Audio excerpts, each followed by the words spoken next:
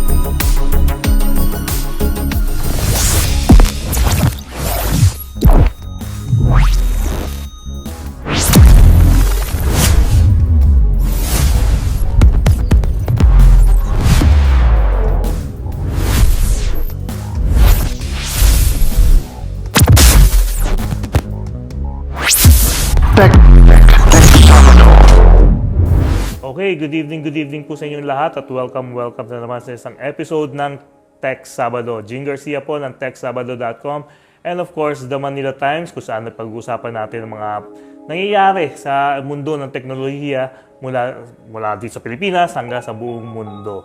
To my right, yung mga kasama ko as host ng Tech Sabado, unahin na natin ang executive editor ng Newsbytes.ph, walang iba kung hindi si Atty.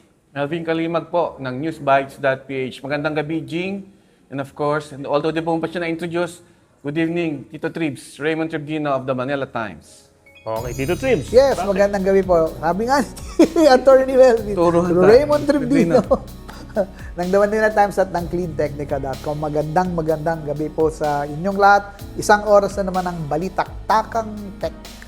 Nasa tayo, Atty? Turo mo nga. Nandito tayo ngayon, of course, sa bagong-bago at napaka-komportableng venue called Quad by Action Group dito po sa Asian Century Center sa Bonifacio Global City.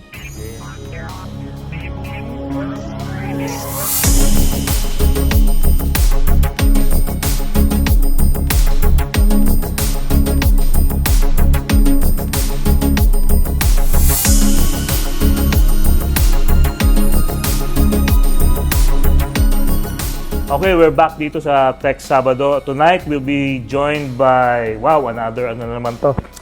Tech giant, actually. Tech pioneer. Tech pioneer, tech giant. Yung in-establish niya, tech giant na to when it comes to e-payments. No? We're joined by Robertson Dick Chiang, founder and chief operating officer of Dragonpay Philippines. Magandang gabi, Sek. Magandang gabi rin sa inyo. Ang gabi, Dick. Alam naman natin ang Dragonpay, kilala yan as an e-payment platform. Let's talk about that. Tony, shoot! Oo. Dick, can you tell us more about your background muna before going into how you started Dragonpay? Background. Background. I'm a computer science graduate way back 1991. So, previous generation pa talaga to. So, I graduated with a computer science degree and then I went to work sa financial industry initially with one of the multinational banks. And from there, I went to get my MBA, and then nung pagbalik ko, I started going into tech. Basically, became an entrepreneur. I met you first Moscow, the first ISP in the Philippines. Founded, of course, by the great William Bill Torres, the father of the Philippine Internet. So, ano yung naging work and experience mo doon, Vic? So, yun nga. So, after I finished my MBA, I came back here in the Philippines and I started a small ISP. Planet Internet back then. Dial-up internet tayo noon. Yes. Internet. And then, as luck would have it, we were bought out by Moscom. So I became part of the Moscom group from that. That is So why. I headed the tech for a while until slowly went up the rank until by the time I left, I was already the president of Moscom. Oh, okay. Yun. And then after Moscom, Dragonpay na siya agad. Dragonpay na, Yes. okay. Let us, please tell us yung how did you start Dragonpay? So yun nga, back then it was still dial-up internet. Nagsistart pa lang nun ng mga DSL. But still, nakikita na natin that, going down the line, medyo nandun na yung writing in the wall na mawawala talaga dahan-dahan ng dial-up. Yes, okay. The telco were coming in, DSL, and at that time, Sky was starting pa lang yung cable internet nila. But there was definitely a shift going towards broadband na always-on technology. And, mga small independent ISPs really could not compete anymore. So nakita mo na yun? So medyo naghahanap na kami ng saan tayo pwede pumasok. And one of the things that we saw, one of the opportunities was to go into e-commerce. And at that time, nobody was really doing online payments. And with the very few online payment options available back then, it was usually just credit card lang talaga. That's it. There was Tsaka nothing puro else. international. Yes. Yes. Walang local. Wala pa talagang local. Pero I guess it was also the right place and the right time kasi yun yung time na nagsa-start yung mga daily deal sites sa Pilipinas. So, nag-start si Cash Cash Pinoy, dumating si Metro Deal, So, dun nag-start and I saw that opportunity na, teka, for the mass market to be able to go in itong mga online deal sites and be able to pay, they needed something more easily reachable na payment options, hindi lang credit card. So, that's when we started looking into what if they can pay through their online banking facility? What if they can physically go to a Cebuana and pay over the counter? So we started working on itong tinatawag natin na alternative payment methods or APMs, and that's basically how Dragonpay was born.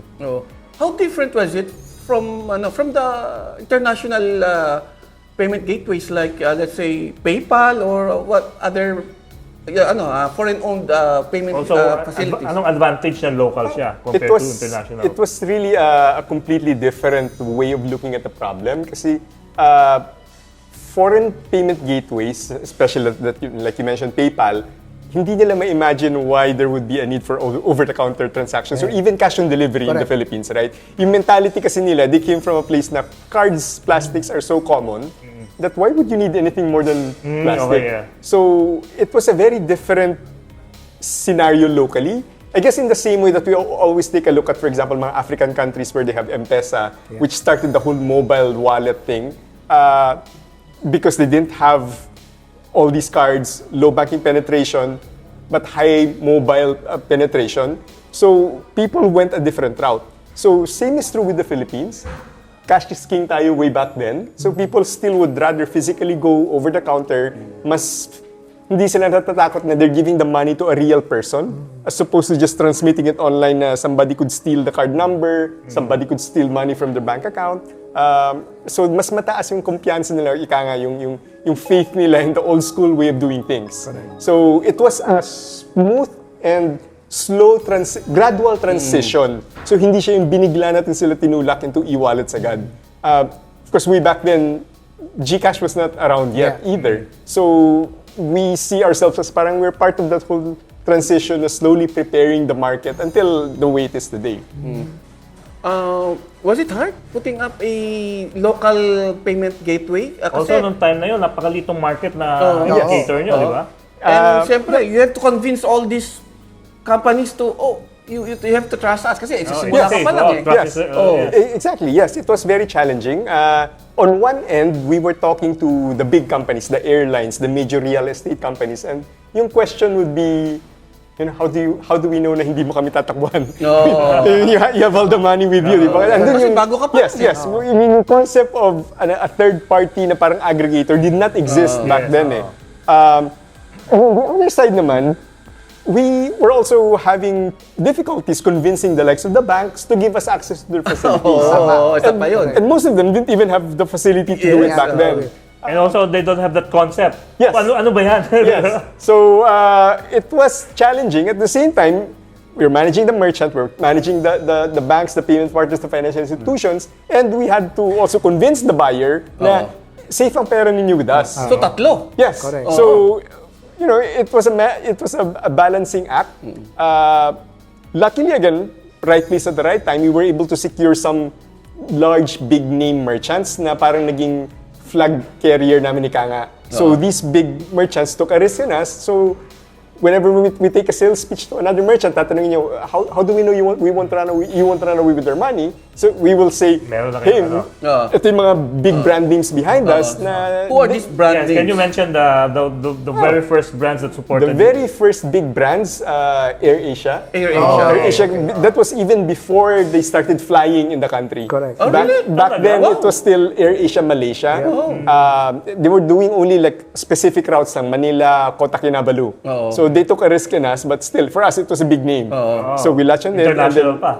Yun, di ba? And then, Ayala Land. Shopee was with us since their day one. Nung nag-open shop sila physically here, kami na agad. So yung very employee number 1, employee number 2 nila, we've met with those people. Wow. And of course, we're very happy to see how they've grown over the years. And we would like to think na we were a part of their journey as well. Until now, di ba? Yes. Yung pala nag-text sa akin. Dragonpay. Pumasok na yung payment ko sa Shopee. Dragonpay. Lumulusot. Resibo ko. You mentioned AirAsia, Malaysia.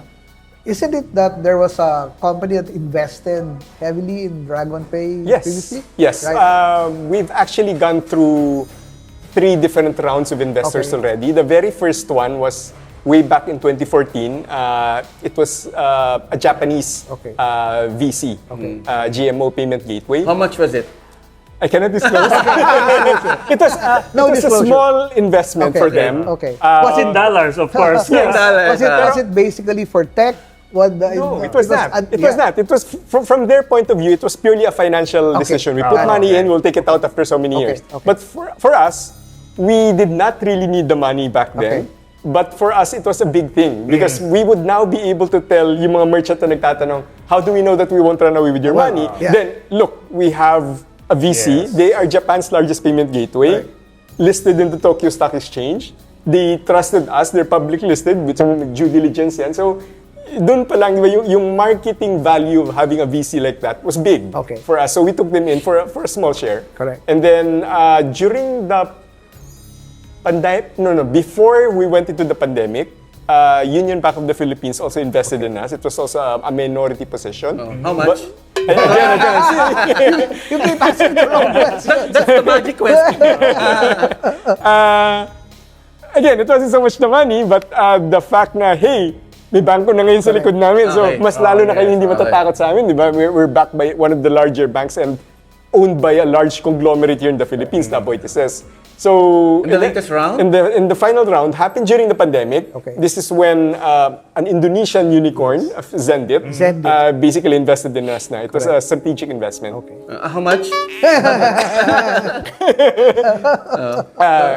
But still, Dragonpay is a perfect example of a successful startup for the Philippines. Philippine diba? startup, Yes, a Philippine startup. So, Ang ganda ng kwento. So, punta tayo sa part ng sudden digital transition ng Philippines nung panahon ng pandemic. Yes. Doon pumutok talaga, di ba? Ang e-payment. How were you able to cope? It was actually very good for us. So, okay. I mean, as much as I don't like telling people that the pandemic is actually very, very advantageous to our industry. It Kasi hastened your everybody, growth. yes, everybody had to buy things online. So the volume that we were looking at the first 2 years of the pandemic, Exploded. it was like triple, quadruple yung normal na volume natin. And I guess it's true even with the e-wallets, were it not for the pandemic, I think yung adoption rate would not have been that fast. Correct. Yes. Gcash. Yes. Probably doon papunta pa rin naman siya doon, but we needed that big impetus na trigger mag-push point. it. Yes. Tipping point ba yun? Yes. That's a tipping So point. yun, and so the volume really went up, and of course everybody was kind of concerned what will happen after the pandemic. Will things go back to the way it was? Yeah. And luckily then it did. stayed there, and then more Nagplateau. gradual na yung packet niya, pero it's still going up pa rin. Going It up. never went down. So mukhang doon na talaga yung shift. But interestingly, as I always shared in with other people, even though pre-pandemic, we were about 70% cash and only about 30% was online banking or e-wallets. Post-pandemic, it's the exact reverse. Okay. The payments we are seeing now is 70% e-wallets and online banking, only about 30% cash. Pero interestingly, yung 30% na cash na yun, if you look at it from a peso point of view, it's still over half of our total peso collection. okay. So malaki yung nagbabayad through cash pa rin over the counter. Meaning malaki yung amount. Malaki yung binabayad. per transaction amount niya. Whereas yung e-wallets, marami siya, pero mas maliliit yung mga value. Okay. Siguro nakatulong din yung yung push from the Bangko Sentral Yes. to go into e-payments, electronic payments kasi di ba nga it's more efficient, more hindi ka na ma-hold up.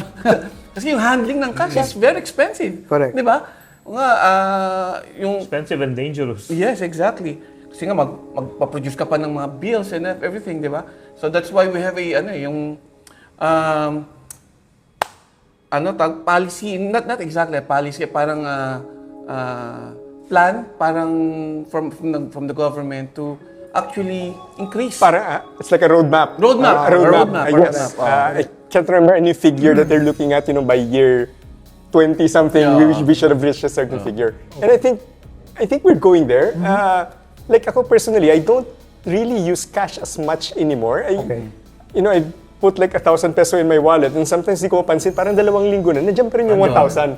Parang somehow you were able to manage through yung parking, restaurant, using QR or digital or card without actually touching cash anymore. Actually, pwede mo maiwan yung wallet mo, pero hindi yung phone mo. Wag lang yung- Wag yung phone mo kasi Pero wag lang yung driver's license mo na Ayun nga pala, tama. Pero natanggapin na raw, di ba? Yung driver's license digital. na Hindi pwede na sa e-government. Natanggapin na raw. So, ako nakasurvive ako, naiwan ko yung wallet ko eh. Lagi mo naman naiiwan. Pero everything, pwede mo pang bakit, even the parking minsan di ba? Kahit na yung fish balls minsan Actually, even yung napansin ko sa mga e-payment, even outside sa country natin, I go to Singapore or China without even exchanging foreign money, di ba? Mas maganda pa nga yun dahil you save on the exchange rate. Great. You save in the exchange rate, and then yun yung problem lagi when you travel, yung may butal ka dun at the end of the trip. Yes. Hindi mo alam na gagawin mo. Paano nabibili mo sa airport? Paano basta maubos na lang yung butal mo? Paano nabibili mo sa airport? Meron akong tanong. Very interesting yung point na ni Raymund Dick. Sabi mo, doon sa transaction amount is peso, but in the digital, maliliit pero madami. Why is that? Is it still a trust issue? And why the bigger amounts in cash? Well, it's partly influenced siguro by the mix ng merchants that we serve. Kasi, interestingly, I would guess that COD is still a very, very large segment of the market. Whether you're looking at Shopee or Lazada, marami pa rin nagbabayad ng cash. So yung tanong doon, or even Grab, di ba? Pag bumili ka ng food, usually cash yung binabayad doon sa rider. Yung question is, at the end of the day, yung risk napunta lahat dun sa rider. So pwede siyang ma-hold up, pwede siyang, niya anything can happen, pwede niya takbuhin yung pera. Which was the issue before ng mga kolektor ng tubig, Meralco. Di ba? Dati doon ka nagbabayad, siya kumakatok sa gate doon ka magbabayad sa kanya. Tsaka yung mga 5-6, mga Bombay. Yes. Hold up sila madalas eh. Hold up sila, di ba? Yun, so some of these mga riders, mga networks, client din ng Dragonpay. So at the end of the day, yung mga nako-collect nila, syempre, they don't want to drive around the whole day, dala-dala yung cash. So sometimes during the day, pag may nakadaan sila sa 7-Eleven or sa Cebuana, they stop over and deposit their cash. Ganon din, at the end of the day, lahat ng mga collection din na Food Panda, i-deposit nila sa like the likes of 7-Eleven. So, yung cash na yung dumadaan sa amin, and naturally, malaki yung amount kasi yun yung mga kinolect niya dun sa route niya eh. Okay. And some of the transactions are actually B2B as well. So we deal with mga small dealers na they would need to buy from an FMCG. Okay. Tapos they do the top-ups through the system. Oh, okay. So kaya malalaki yung amount. Understood.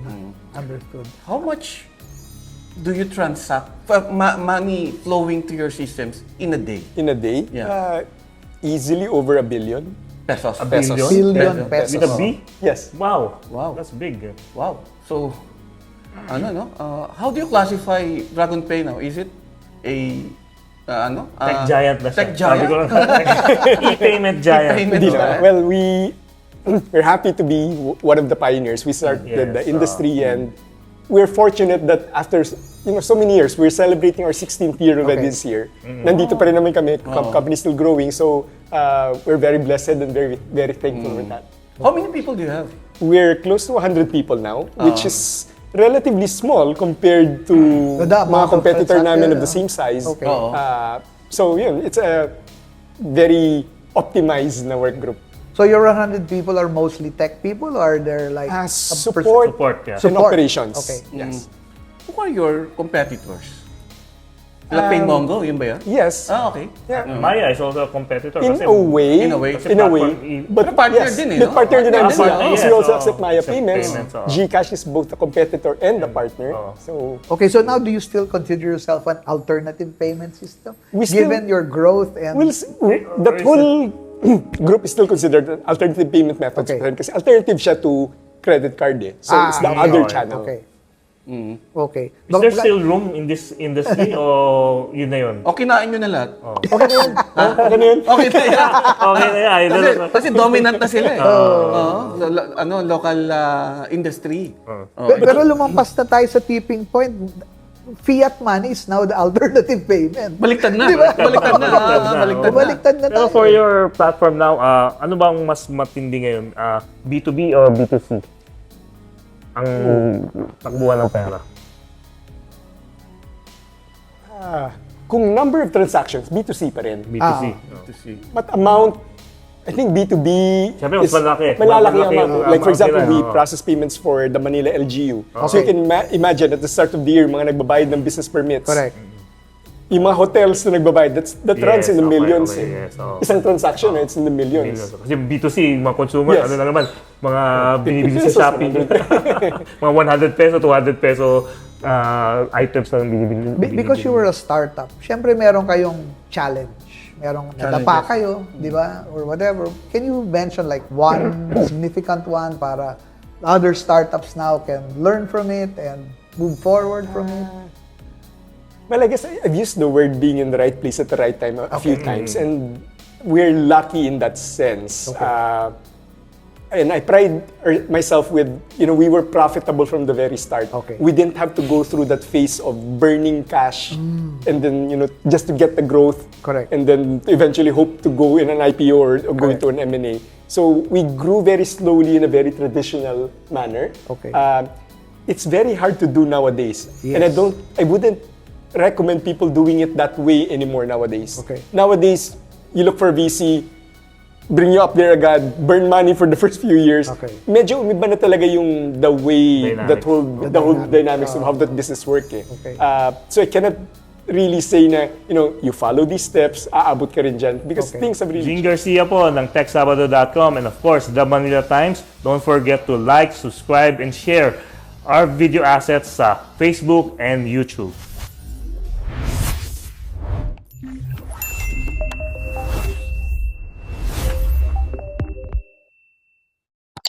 Dito Tito Tribs, Raymund Tribdino po ng The Manila Times at ng cleantechnica.com. Gagalingan ko ho.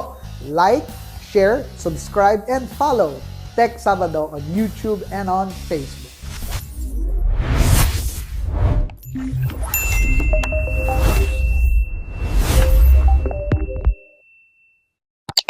Hello, I'm Melvin Calimag. Please like and share the social media properties of Tech Sabado and Newsbytes.ph on Facebook and YouTube.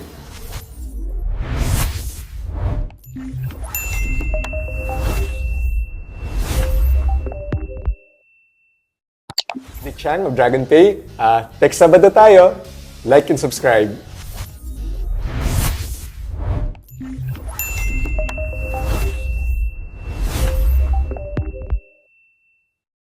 Really say na, you follow these steps, aabot ka rin dyan because Okay. things have really changed.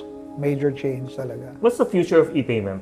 Ano ba nakikita natin or ito na yan? I think we still have a very long way to go. Nakikita pa rin natin there's still huge cash transactions. COD is still a big thing.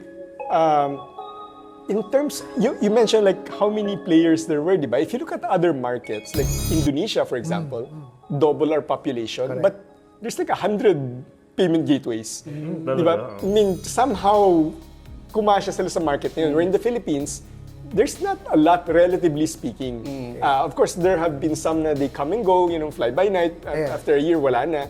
Pero if you're looking at the more stable ones, there's only a handful of us, really. So I think, if you look at the size of the market, the population, and look at how Indonesia, given their size, and nakapagkasya na ganun kadaming PSPs, I would think that there is still a lot of growth here in the Philippines that has not yet been tapped. Okay. Okay. Let's talk about security. Yes. We all know that scams are very prevalent nowadays, no? What are the challenges in this area? The challenges are really almost always on the buyer side. Kasi if you look at the total number of fraud that we would encounter, for example, I would say a large majority is really yung naloko yung user, na phishing siya. It's really social engineering. And there's nothing you can do about it eh. Kasi Not tech related. Yes, from your side, you could put up all the firewalls, do all the necessary checking. Pero kung naloko siya, Yung buyer na mismo yung nagbigay ng yes, information. binigay niya or finake yung instruction at naniwala siya, pinadala niya yung pera niya, it happens completely outside your system. You're totally helpless eh. So, education lang talaga. But unfortunately, a lot of people would still fall for this. Even very educated ones eh. Correct. Yes, that's They true. fall for it. Yes, they would fall for it because some of these are really so good na hindi mo talaga makikita na naloloko ka na eh. I myself, I've almost fell into such a, pinadala ka ni Globe, ni GCash. Yung sender mismo, GCash or Globe eh. Parang- Hindi mo isipin na, Yes. Galing nga sa Globe yung transaction ko pero wala naman. Buti na Yes. wala akong money. Wala akong pera. Halata. Sabi ko, halatang fake kasi wala naman ganun kalaking pera sa GCash ko. Uy, pero mag-ingat dyan, I know someone na wala ng balance ang GCash niya, so sinunod yung steps, and then nakaltasan siya Nakatatampan siya lalo. ng G-credit. So lumalabas ngayon, may utang pa siya kay GCash. Sa G-credit siya. Yes, kasi hindi niya alam naka-enable yung credit facility. So akala niya, there's nothing wrong kasi zero balance naman eh. Eh, lumabas, siya pa may utang ngayon sa Globe. So hindi niya pwedeng sisihin ngayon. Ikanat eh, kasi naniwala ka eh. I mean, And still speaking of scam and fraud, sa Dragonpay, ano yung natamaan kayo ng fraud? Meron ba? Or they try to fraud you with something or transaction? yes, we've had yung mga ganun, yung mga talagang, ika nga, professional hackers talaga. We've had those like, way in the past. Correct. Pero nowadays, How did it happen? Konting example lang. it is a combination of both our system as well as yung sa other side. But the bigger problem that we had, the fraud was actually happening on our partner side. So from our point of view, parang they were telling us as successful, Yeah. yun pala hindi. Correct. So you were just the conduit Yes, for that. yes. Okay. So, Okay. pero again, nowadays it's more of the user side The na user problem. talaga, no? Yun Doon talaga sila yung nagpipray eh. Oo. Are you part of any group where yung parang like-minded or pushing for digital payment, security Yes. in this space. Thank you for mentioning that. So we are part of the FinTech Philippine Association, of which I am the president for the last 2 years. Okay. Ito ba yung kay Lito Villa? Iba to? Kay Lito? No. Separate? That's Alliance.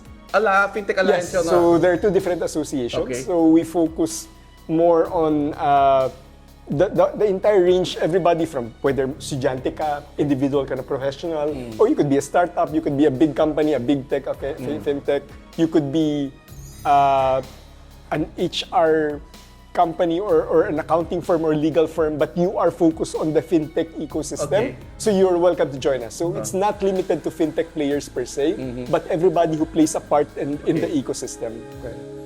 You're the president right now? Yes, for the last 2 years. Oh, okay. So, ano yung advocacies ninyo?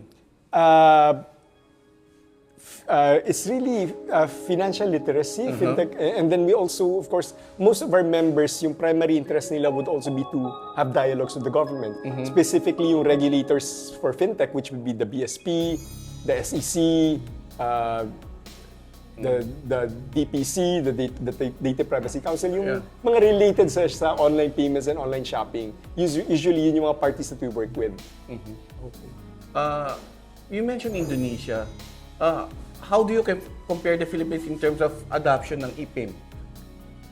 I think ever since Indonesia has been way ahead of us in terms of online banking, for example. Like, even like 10, 15 years ago, you could easily go to any Indonesian ATM and do a transfer from one bank to another bank, to a different bank altogether.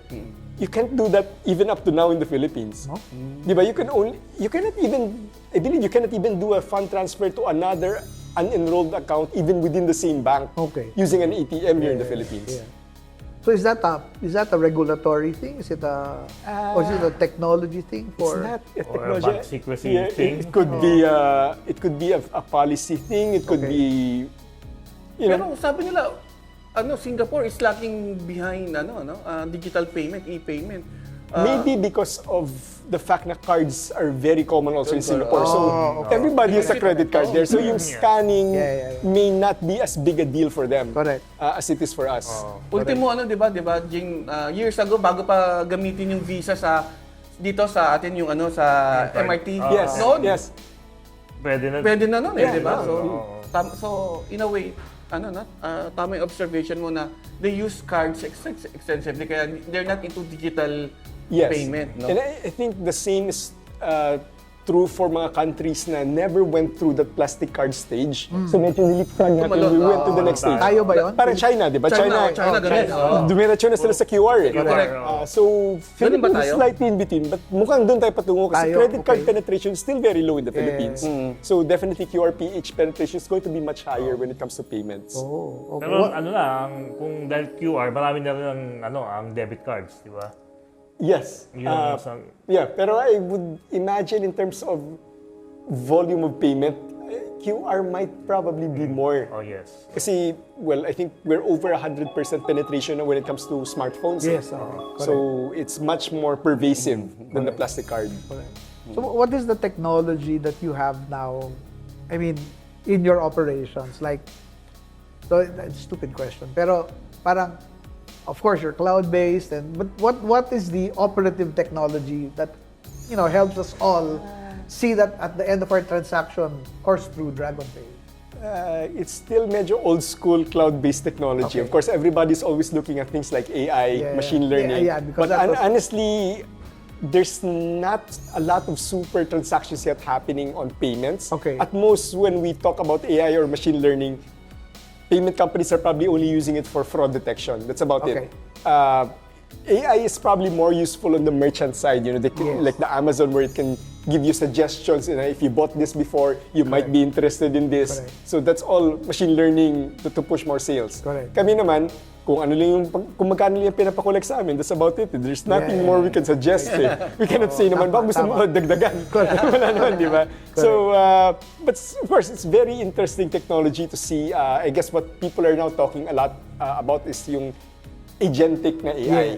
And where they are saying, you can leave your computer alone, you can magpasyal ka, you can do whatever leisurely things you want, and then yung agent mo ang gumagawa na ng everything that you need to Siya do. ang order para sa'yo. Yes. And of course, the question is, kung siya na yung nag-order para sa'yo, paano niya babayaran? So there is that whole idea of payments eventually going into supporting yung agentic model na yun. Correct. So that your online agent can pay the online agent of the merchant through some API between agents lang na no human involved. You know, correct. would be interesting. Of course, Yes. scary yung idea na your computer is using your card details to make payments, but To make purchases. Baka parang anak mo yan, sabihin na, di ba, parang anak mo, inuubos yung ano mo, balance mo. For Roblox. For Roblox. Dick, make money. Do you... Sa'yo ba napupunta yung convenience fee na? yes.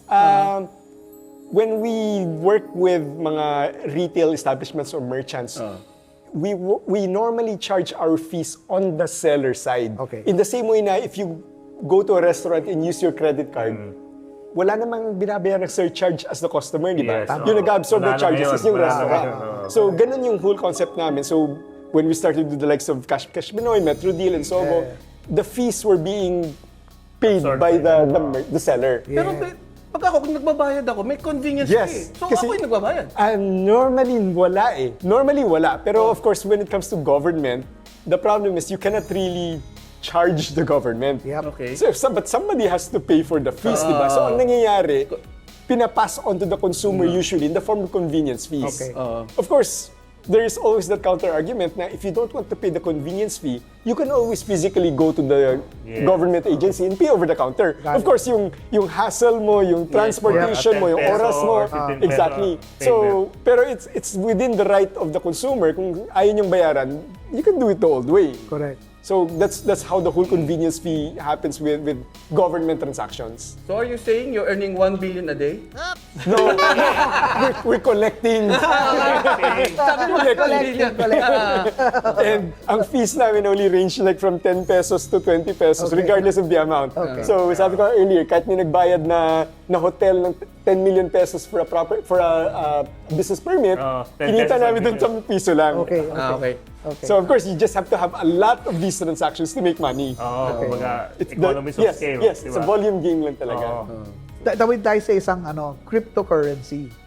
It's Sige. also part of your We support platform. crypto, Okay. but of course, since we ourselves are not a licensed crypto player, Okay. so we work with regulated na mga cryptocurrency exchange or Okay. crypto mga payment gateways. Okay. So for example, if you buy something from one of our merchants selling, I don't know, dog food, Yep. and you want to pay using Bitcoin Yep. or Ethereum, Okay.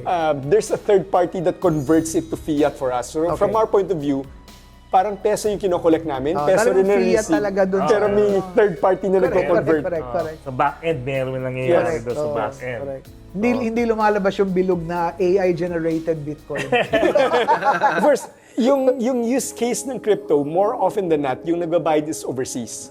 Oh, okay. So they need to pay, in theory, you want to Okay. pay for the tuition of your child here, Yeah, you're an yeah. OFW. Correct. Technically, you can use crypto to pay through our system. Okay. Is that a huge part of your business? No, How much it's, of the percentage? it's a very niche segment, I would say. For now. For now. Well, we've Or been nakita nyo na lamang ang... We've been supporting crypto for, I think, baka close to 10 years na. Okay. Pero it has always been a particular niche lang. May certain industries siya na cater to it. Kakunti Pero, lang talaga. yeah, pero if you look at mainstream, it's really not a Okay. popular option. I You guess mentioned that industry. Kung ano yung Gaming? gaming. Gaming, of course. Yeah. First, digital gaming, not necessarily gambling. But yung, that particular Web3 Yeah, the gangan, Web3. sanay na sila dun sa model na yun. Correct. When it comes to gambling, ngayon, medyo issue, dumadaan din ba sa Dragonpay? Depende sa platform. We do work with PAGCOR accredited na Okay, gaming yeah. sites. Okay.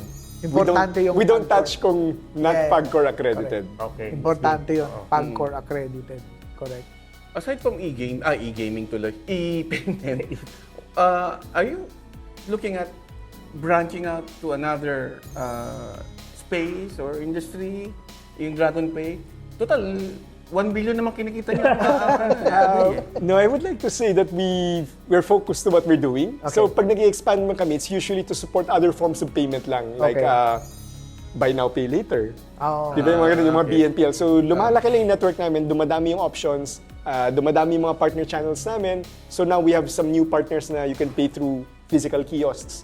Kasi yung problem with people who wants to pay cash is after mga 6 p.m., 5 p.m., sarado na mga Palawan, mga, So where do you go to pay? Yep. So we do have partners na they operate kiosks. So para 24/7, you can make 24/7, payments. correct. Mga LGUs, kanina minention mo Manila LGU. Are you present in like from north to No. south? Yun, no naman. But the good thing is there is a strong government push Yes. for the not only for the LGUs but the national agencies to go online. Correct.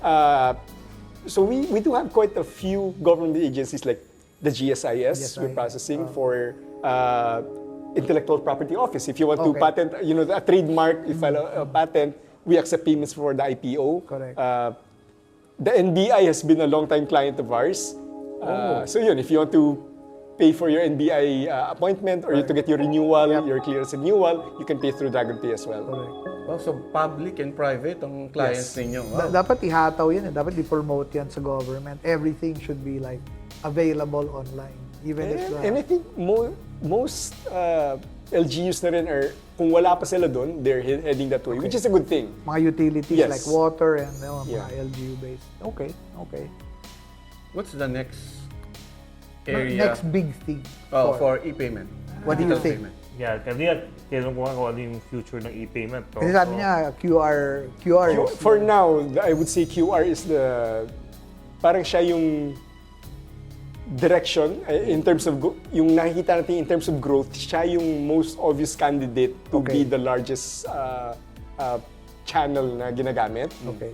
Back from the days na COD and other forms of payment. Yep. In fact, even the old traditional COD na si rider yung pupunta doon sa bahay, may i-deliver siya, may pick up, babayaran mo siya ng cash. Now, pwede mo na siya yung QR. QR, okay. Diba? So, kahit document delivery just the other day, nagpahatid ako ng document, I realized wala akong cash. So, I asked the rider, pwede ba magbayad using e-wallet? And thankfully, pwede na rin. So, mukhang dun talaga yung QR for now. Of course, we're always on the lookout for itong mga fringes na mga BNPL nga, Yes, crypto, correct. mga alternative means pa rin na maybe someday, who can tell? Pero for now, I would say the biggest candidate talaga for being the dominant form of payments, QRPH. Need an expressway for your customers to check out? No problem. Dragonpay now offers QRPH as part of its growing payment options, providing your customers with an easier, faster, and more convenient way to pay. Accept payments from all QRPH compliant banks and e-wallets with a single integration. Here's how your customers can pay using QRPH. Select QRPH from Dragonpay's payment options. Once the QRPH code is generated, simply scan it using your online banking or e-wallet app. Enter the total purchase amount, confirm, and you're all set. It's that easy. Pwede mo, would you see fiat money eventually Disappearing? disappearing? Ano ang mangyayari sa country na walang cash? Oo. I know cash is king, parang sinasabi nila yon. Pero kasi parang nakikita ko sa mga sci-fi books, yung mga pagdating sa cash is that's magiging illegal money na siya. Kumbaga yan lang yung mga pera lang yan ng mga kriminal. Pero when it comes to e-payment, talagang medyo parang wala kang mabibreak na law. Kasi kung ano lang bayad sa'yo, yun na yun. Wala ka namang extra, mga tongpats. Wala na mga tongpats. Pero kasi dati, Jing, for the longest time, 25 years ago, sabi nila, paperless, magiging paperless office society, na society. Pero meron pa rin printer. Malakas pa rin ang business ng printer. Hindi kaya ganun, Dick, yung magiging scenario? Meron pa rin, hindi pa rin mawawala. Wala kayong matitipid ng gobyerno na walang paper money, di ba? Well, I've been to China a couple of times in the last year. And then yun talaga, wala ka talaga. Yes, the last time I was there, nandun ako sa bundok. I was, QR code. Yeah. Bibili ka na watermelon. You never have codes to, of vendors. You really don't need cash at all. Yes, So, can it happen? Is it possible? Yes. Pero what is it that will push the Philippines to go to that model? Yun yung Another pandemic. question mark. Another pandemic. 6G. Hopefully not. Pero parang ganun nga kasi yun ang tipping point ng e-payments. No? It's always a mixture of several elements from something society, geopolitical environment, history. Correct. It's a combination of so many things that it's hard to say will one model always work in another country. So, yun din yung often tinatanong sa akin, for example, like some investors, they would ask, can you bring the concept of Dragonpay to a different country? Will it work? Correct. And yun yung question ko. This was way before pandemic, Kasi, is there a culture in that other country na nagbabayad sila ng cash? Okay. Is it normal for them? In the same way that whole M-Pesa nga in Kenya, people were saying it was so amazing, but honestly, outside of Kenya, parang hindi naman naging popular yung mobile wallet na yun. Parang, Sila lang yun. Yes. Nakulong. Or even, if you look at Japan, very modern society, but very common pa rin for people to physically go to a convenience store, which is right there in every street corner, and pay cash for something. Correct. So Kontuwa sila sa barya nila. Yes. So, Diba? merong different way talaga people in every place that it's very hard to replicate and say na what works in one place will work when transplanted to a different place will also work. Correct. Pero Dick, you have Japanese funders and Indonesian they have plans of actually exporting or expanding your technology? Well, since we're now part of the Zenit Group and they are growing regionally, so of course head office in Indonesia, they have presence in Malaysia, Vietnam, Singapore, so they're growing regionally. So we're proud to say that we are a large part of their Philippine footprint. So yun. So in a way, we're now part of a much bigger group. So there is really no need for us to go out there and set up another shop. Correct. Pero we're still very active in the international community. We join trade shows, conferences to build pa rin our network. Inviting merchants to look into the Philippines, look at the Philippines as a market, which is huge. 100 million people, English speaking. Mabilis mag-adapt sa technology. Mabilis, yes. Correct. Very young population. So it has all the right mix, I think. So we're constantly out there also promoting both the Philippines as well as Dragonpay. Indeed, that this is the next battleground. Kaya nga dati binanggit ko, wala na nang-hold up sa mga bangko ngayon eh. Ang ina-hold up, ang ina-attack ngayon, yung mga nasa online na. Online na. Kasi nandun na, doon na papunta talaga eh, di ba? Correct. So, well, kuwad nga, China nga, halos wala nang Yes, wala nang cash.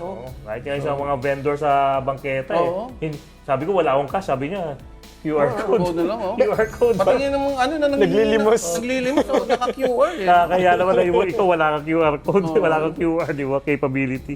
Kaya kasi pag yung pera mo digital, parang yung ang dali gumastos. Gumastos eh. Hindi mo nararamdaman Hindi mo nararamdaman yung lumalabas. Lumalabas yung pera eh, no? Unlike pa talagang nahawak mo, parang no? Limited yung budget mo. Kasi may psychological effect pa rin eh, in a way. Di ba?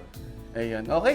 Okay, thank you. Thank you. Dick Chiang, founder and chief operating officer of Dragonpay. Galing. Good day.